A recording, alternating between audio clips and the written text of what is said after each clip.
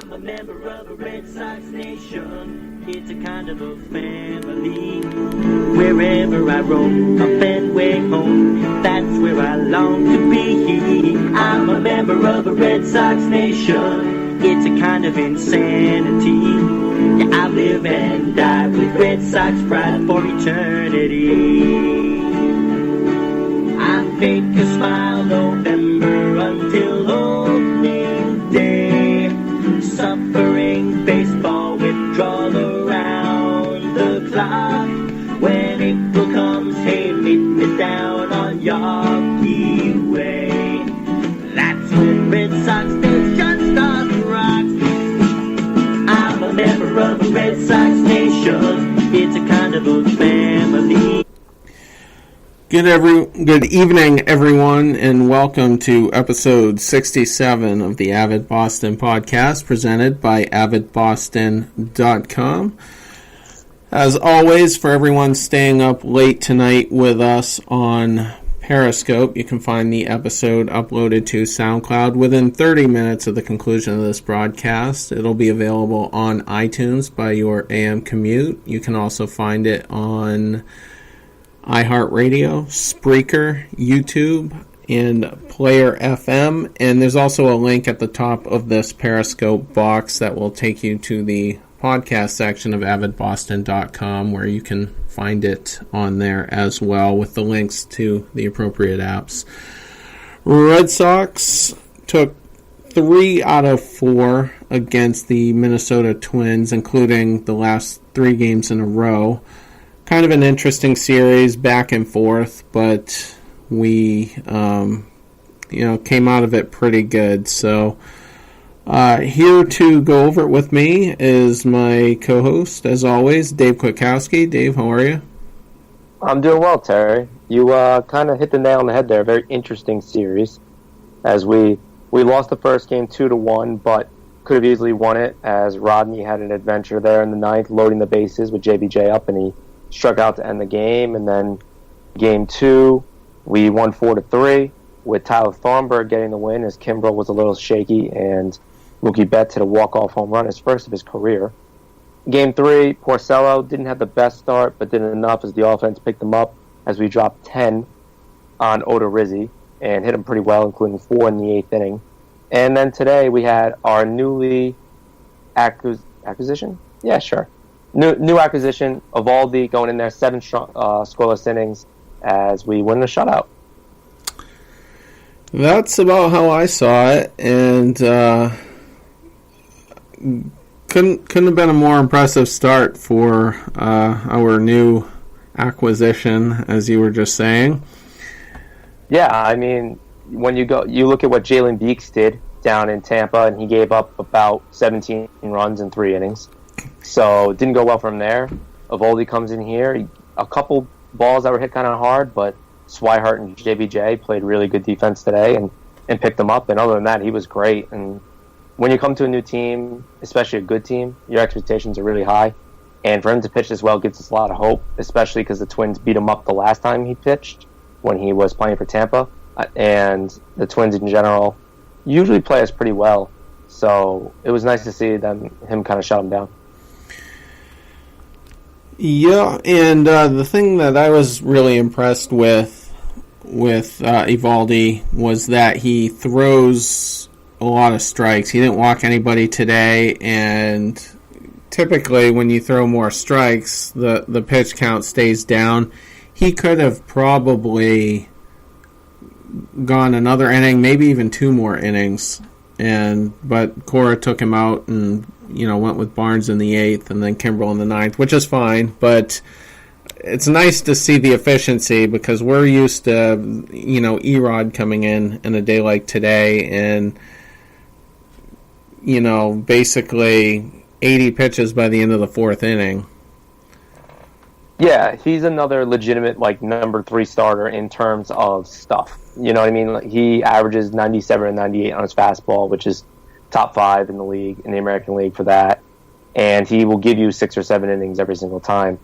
He could have went longer today. Obviously, we know how Cora deals with the pitchers, and he's pretty good with it. And he wanted to go back to Kimbrel anyway, which makes sense to, kind of show that he's still got some confidence in him. So I liked it. I liked how it was handled, and he pitched really well. And if he can go out there and give you 6 to 7 every single time, it not only helps the bullpen out, but it just helps you kind of have another solidified starter for the playoffs. If Erod's still out, you want to put Price in the bullpen. If Porcel's a little shaky, he gives you another option, which is really good. It's something that Beeks and BJ and Velasquez was not going to give you. So he gives you little bit of a different angle. Right, and that's what he was advertised to do, is to kind of save the bullpens a little bit. Yeah, so far so good with it. Right, absolutely. Also joining us for episode 67, as he often does, you can find him on Twitter at Cap Hartsfield. He is one half of the Double Coverage podcast, which can be found on iTunes. Austin Hartsfield, how are you? That was a weird series. It was like a roller coaster. I don't particularly like roller coasters. Like one where it's poorly designed and you need a lot of barf bags type roller coaster, or... Yeah, it was weird, because at the beginning of the series I was like, what is wrong with this team? What's going on? They can't score runs. And then, yesterday they turn it on and decide that, we remember how to swing the bat again. Right. Did we lose the last game of the Baltimore series? Yes, 7-6. Okay, yeah. Well, technically, it was the middle game, and the third one was rained out. But yeah, we did lose the last one 7-6. Yeah, okay. That was the Pomerantz start. True. It certainly was. Yeah, because I remember being a little bit miserable after game one because... we did lose the last one to Baltimore there, and I'm kind of thinking, well, I hope we're not about to go on a skid, because we are kind of due for one, let's face it. And I was wondering if that could be the start of it. And Johnson pitched really well. I mean, he deserves a lot of credit, and I don't know if that's really sustainable for him. When teams start to see him for a second time, maybe that's where he's going to get knocked around. Because, he tops out at about 88 to 90 on his fastball. So you can It's been a while since he pitched bad. It has.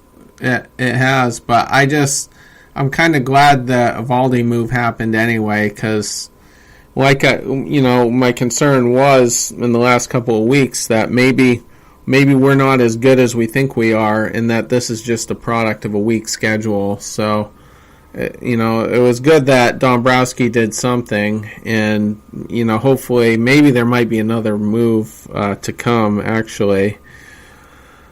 Let's talk about Kimbrel, though. He is a little... he is kind of scuffling a little bit right now, and I believe that was the Sale start where he blew the save and then was bailed out by Devers, who we'll talk about shortly, and Mookie Betts, and kind of got bailed out, but a lot of guys getting on base. His out pitch, his rising fastball, hasn't been that effective, and I just hope that he can make an adjustment. I don't know if he needs to tweak the rising fastball or if he needs to try to get people out more on the changeup. But, Or I have an idea. How about you throw that curve that you have in your back pocket that you never use? Yeah, I would say the knuckle curve is more what to look for. I think he just has to get back to that, because as soon as he starts breaking batters with that, he can go to the rising fastball, and it'll be a little more tempting. But right now, anything high in the zone, it's something weird about Red Sox closers, too. You guys are lifelong fans of the Red Sox.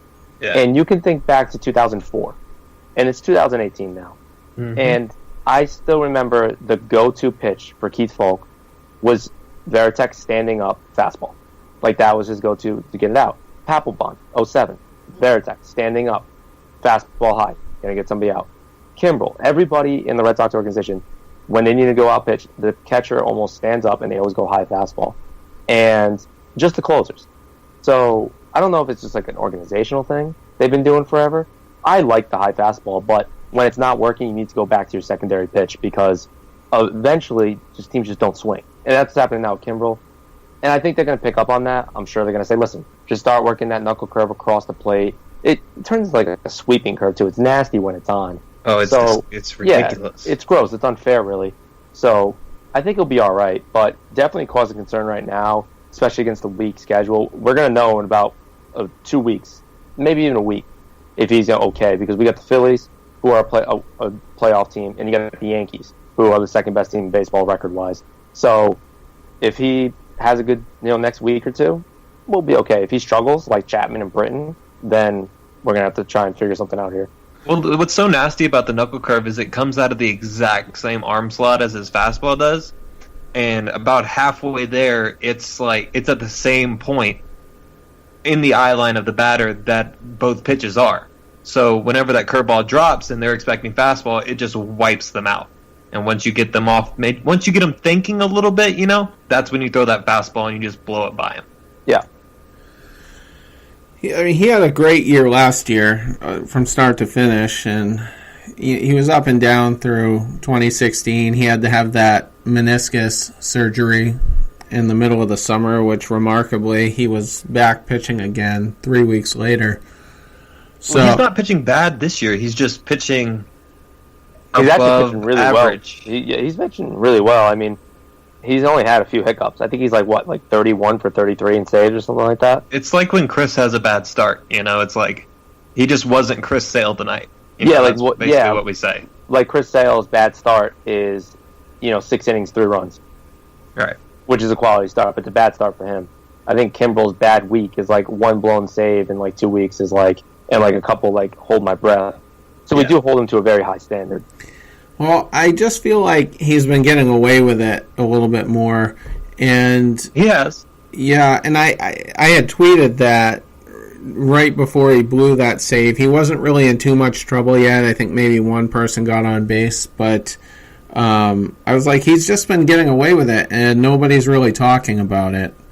And so he didn't get away with it that night. So like you said, David, we're gonna know within the next week, and we've got Nola tomorrow against Price, which will be really interesting, and then Arrieta on Tuesday. So hopefully, two pitchers. So we caught the monsters basically. Yeah, we caught what it would look like in a World Series matchup. This is what it's going to look like, which is good because we need it. No, this is great, especially warming up to the Yankees. It's wonderful. And Pomeranz is going on Tuesday. Oh, and the gag. Is he? Is he really? I believe so. That's dumb. I feel like measure it up. Make it like a playoff game at this point. Yeah, I would say skip that Yankee start and let him start against someone a little bit, not the Yankees. Well, I think the only thing they could have done possibly was skip Sale's start on Saturday, because they should have probably slotted Brian Johnson into his start maybe, and then that would have lined it up. But I don't know. So hopefully, Kimbrel will have a chance to pitch, because I mean Pomeranz. I don't feel good about that game. I mean, Philly's been playing good baseball. They're young talent. I'm really impressed with Rhys Hopkins. He's the real deal. Incredibly so impressed. Good. Yeah, and he's like a mini JD Martinez when it comes to hitting. The dude's just a hitter. And he sprays it all over the diamond. Yeah. If you watch his interviews, you can just see how intense he is. Yeah, he's all about it. And so that's what really impresses me. And who knows if they're going to get a chance, the bullpen, to do anything on Tuesday, because it might just be mop-up duty. And then tomorrow, I don't know. Who knows how Price is going to handle that. They're at home. Typically, that works out better for him. But it's just, who knows. So we'll get more into that in the last segment. But back to the point. Exciting. Yeah, and Kimbrel. I mean, I'm sure we're going to see him in the Yankee series, though. You'll see him somewhere, even if it's mop-up duty. Cora won't let him go, 9 days without pitching. Or are we catching them at the right time? Yeah. The Yankees. Yeah. How are they lined up?